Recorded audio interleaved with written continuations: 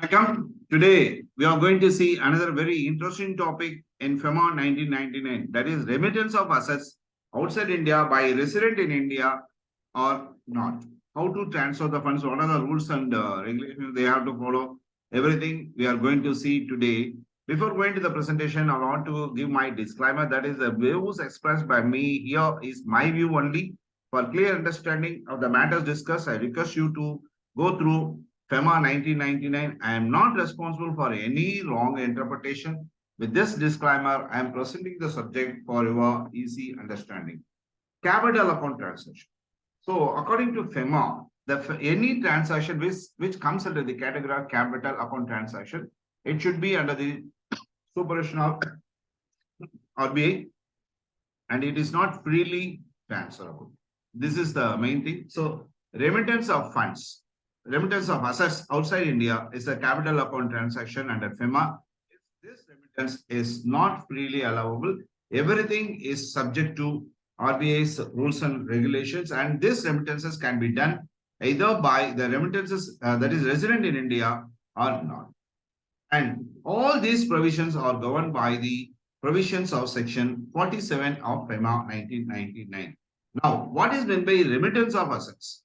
So that is, the remittance should be made outside India, and this should be made from the money that is kept as a deposit with a bank, firm, company, PF balance, or superannuation benefits. Those funds you can transfer, and out that is the maturity value, that is what is the amount is there in the account you can transfer, that is amount of claim or maturity process of insurance policy, sale process of shares, securities, immovable property, or other assets held in India, and everything should be with the provisions related to FEMA rules and regulations. So with this, if any asset is being remitted, then that is called as remittance of assets. By whom the remittance has to be made. So that is a very, very important thing. Who has to make the remittances? So remittances can be made by individuals not being NRI and overseas citizen of India. Remittances by NRI or OCI. The OCI means overseas citizen of India. And remittance by companies, entities at the time of liquidation or winding up. And remittances by Indian entities towards Provident for Pension Fund. And remittances are winding up process by branch or office. This is a fine. By this 5 methods, 5 processes, they can transfer the assets from India to abroad. What are the things that we have to see? First, let us see the remittances by individual not being NRI or OCIs. That is, so NRI and OCIs person is called as foreign national. So this foreign national should be in employment in India, and they at the time of retirement they can transfer the fund. But everything is subject to authorized dealer supervision, and only the authorized dealer is entitled to allow the remittances outside India. So the person who is employed in India, he has retired, he can take the retirement benefits. In case if that foreign national has inherited from a person as per FEMA 1999. So if it is an inherited property, they can also transfer the process. And in case there are spouse is there, lady is there, so widow or widower is there. So due to the death, decease of Indian national resident, normally the ownership or rights goes to the non-resident widow or widower. So they can transfer the fund outside India. Remittances. That is, remittances here should not exceed $100 million per financial year. This is a very, very important thing. The remittances should not exceed $100 million per financial year. This is without RBI's permission. So with RBI permission, you can transfer anything. This point you have to bear in mind. And remittances limit. This remittances limit will not cover the sale process of the assets held on repatriation basis. And every remittances should be made only through authorized dealer on submission of documentary evidence. So this is a clear indication that the authorized dealer, he has to scrutinize all the documentary evidence, and then only he will allow the remittances outside India by foreign national. And balances held in account by foreign students. Suppose a foreign student has come, money has come into India towards his studies. That foreign student has completed its studies, and the balance has to be returned, that is repatriated. So remittances is allowed only when the process come through banking channel. So that's a very, very important. The process and banking channel, and sometimes he has brought on some foreign exchange. You would have discounted and through some other source in India. Then the amount that has been kept in the account that can also be transferred in case any stipend or scholarship is being given by government or any organization towards its studies. That amount can also be remitted outside India, but everything is subject to 100 million US dollars per financial year. It is not per calendar year, it is per financial year. So there is a facilities, this type of transfer facility, remittance facilities is not available to citizen of Nepal or Bhutan or overseas citizen of India. So this is a very, very important thing. Remittance facility, if you are a OCI, then you are not eligible to remit the fund outside India. Then in second portion is now the fund has to be remitted by NRI and overseas citizen of India. Yes, authorized dealer will allow the remittances, which is subject to 1 million US dollars financial year. But the party that is party means here NRI and OCI, they have to produce the documentary evidence so that the authorized dealer will allow the remittances outside India. So this can be from balance from NRO account or sale of assets, sale process of assets or assets acquired in India by way of inheritance or legacy. And another thing is acquired the property by way of settlement, either by his, that is his pay, either by his parents or relatives. And this relative is defined in the definition of Police Act of 2013. This settlement will come into effect only on the death of the settler. This is almost equivalent to will. So only after the death of the settler, a settler can give, but the settlement date comes into effect only on the death of the settler. This is a very, very important point that you have to bear in mind. The settlement is done without retaining any life interest. In case, yes, I have won the settlement, I have not retained any life interest. Life interest means you have to take care of me, and whatever the income I have to bear, all that comes under the category of life interest. It tantamount to regular transfer of gift. So all these type of transactions are subject to, suppose if you sell the property and when you want to transfer the sale process, but everything is subject to RBI norms. That means you have to go and apply to the RBI, you have to get the permission.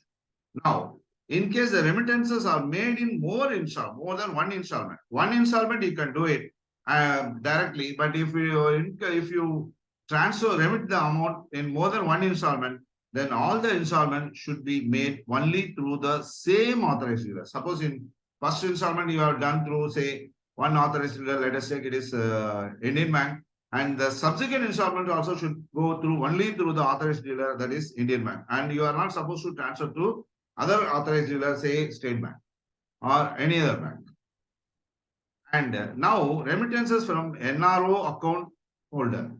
So authorized dealer has to obtain the declaration that the balance in the account is legitimate balance. So whatever be the balance in NRO account, it is a legitimate balance. That is, money has to come in the normal banking channel, and there should not be any loan availed and given credit to NRO account, and from there you are not supposed to transfer, and there should not be any transfer from one NRO loan account to another loan account.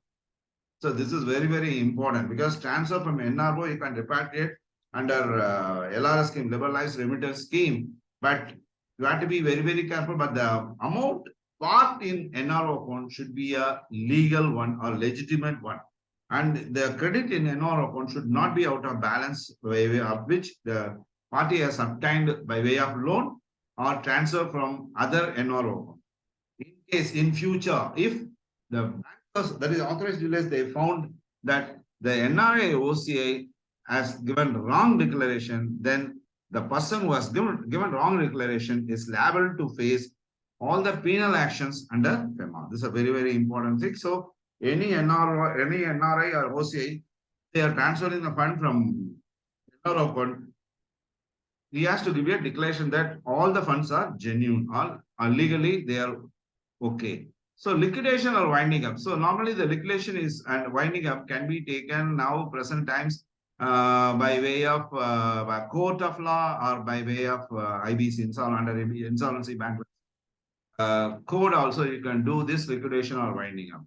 And we'll see how these companies transfer the funds, remittance, remit the funds.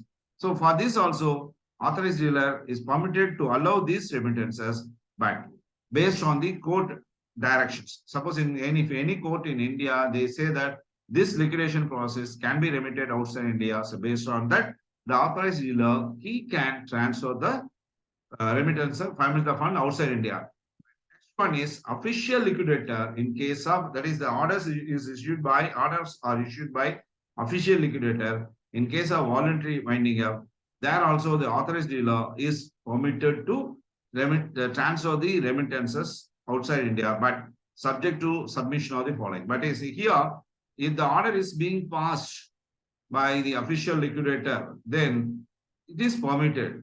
But the person, NRI or that is the company or which goes on liquidation, they have to produce the auditor's certificate saying that the company has paid all the liabilities. There is no overdue.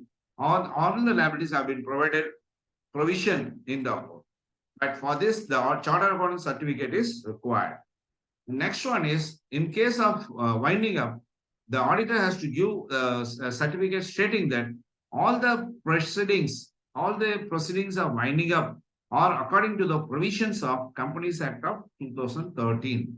So in case other than the winding up, in case the winding up otherwise taken by the court, then the auditor has to certify that is here auditor means the charter accountant has to certify that no legal proceedings are pending in any court of India. But how a charter accountant came to know that no legal proceedings are pending, but for that my suggestion is you have to get a declaration from the management or from the law officer, or suppose if there is any company secretary, you can get a certificate so that the auditors are safe. But the auditor has to give a declaration that no legal proceedings are pending in any court in India, that is anywhere, not only in, suppose if you are in Tamil Nadu, you have to see, if you are in Delhi also you have to see. So no legal proceedings are pending against the company or against the applicant under the liquidation, and there is no legal impediment in permitting the remittance. It's a very, very dangerous class if any, because all these certificates have to be given by the charter accountant. So it's a very, very dangerous class. You have to be very, very careful also. The remittances, all these remittances are subject to tax payments, whether TDS is being made, or whether full tax has been made, everything is subject to full tax payments.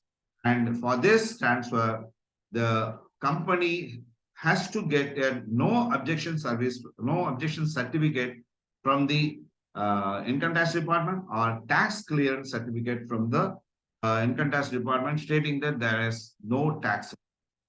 Now, we are moving to the companies, that is those companies which pay the PF or pension fund. Authorized dealer is allowed to do this to the Indian entities who are permitted to remit their contribution towards PF superannuation fund or pension fund, but this is allowed to their expatriate staff resident, and it should not be allowed to not permanently, that is the staff should not be permanently in India. Here, expatriate staff means the person whose PF superannuation fund, pension fund outside India by the principal employer outside India. And not permanently resident means a person resident in India for employment for a specified duration or for a specific job, and the duration which is not more than 3 years. They are called as not permanently resident. In case if they exceed 3 years, they are called as permanently employed staff. So this for this also remittances are allowed. Now, we are moving to the remittances of winding up or process by the branch or office. So your head office is here, whether they are permitted to transfer the process outside India. So authorized dealer is permitted remittances of assets on closure or remittance of winding of process by branch office or liaison office here, but other than the project office, but subject to the production of the following. One is here, to establish the branch in India, the RBI permission should have been obtained in earlier. So that a copy of the RBI permission to establish in India should be obtained. Next one is auditor certificate is here also the auditor certificate is very much important. That is towards calculation of remittable amount that is supported by assets and liabilities of the applicant. So where is the source? Is the amount to be transferred? For this, whether the same is being reflected in the assets and liabilities of the applicant, that you have to see. And all the liabilities in India, including arrears of gratuities, have been fully met or provided for towards staff payments. So it's a clear indication that what all this, the branch or office who are in, which is situated in India, when they want to close it, they have to pay all the liabilities due to the staff, including the arrears of gratuity, have been fully met or sufficient provision has been made. So this is for this, a chartered account certificate is specifically required. And confirming that no income accruing from source outside India, which includes export profits, has remained unrepatriated to India. This is also very, very important. That is, no income should accrue from the amount that you have transferred, repatriated. Then compliance of requirements with reference to this should be within the norms of RBI for this branch or office. Get the confirmation from the applicant that there is no, as you should, there is no legal proceedings pending in India. In the previous case, it is the chartered account has to issue the certificate. Here, you can get the declaration from the applicant that there is no legal proceedings pending in India and there is no legal impediment with reference to the remittance. And next one is the company. So ROC report regarding compliance under section under Companies Act of 2013 in case of winding up of office in India. Suppose if any office has to be wind up in India, then ROC has to give the report that the Companies Act provisions have been adhered to.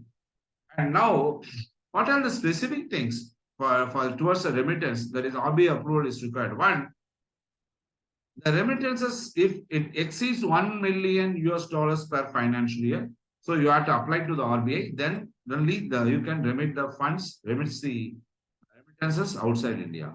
Next one is, this is due to, on account of legacy, bequest or inheritance to a citizen of foreign state resident outside India by NRI or OCI out of the balances held in India. That is everything. If it exceeds $1 million, you have to get the RBI. With reference to sale process of assets, the assets acquired by way of inheritance or legacy, and hardship, if any, will be caused to a person if remittances from India is not made to such a person. If there is any hardship during the transfer, for that also the RBI approval is required. Next one is, in case sale of assets held in by a person, and whether he is a resident or in or outside India, which are not covered under any direction, require a RBI approval. So in case if there is no directions are there, then there is no clear-cut definition, clear-cut meaning to transfer the funds. Then if it is not there, if it is not covered by FEMA, then please apply to RBI. Then only you are permitted to remit the fund outside India.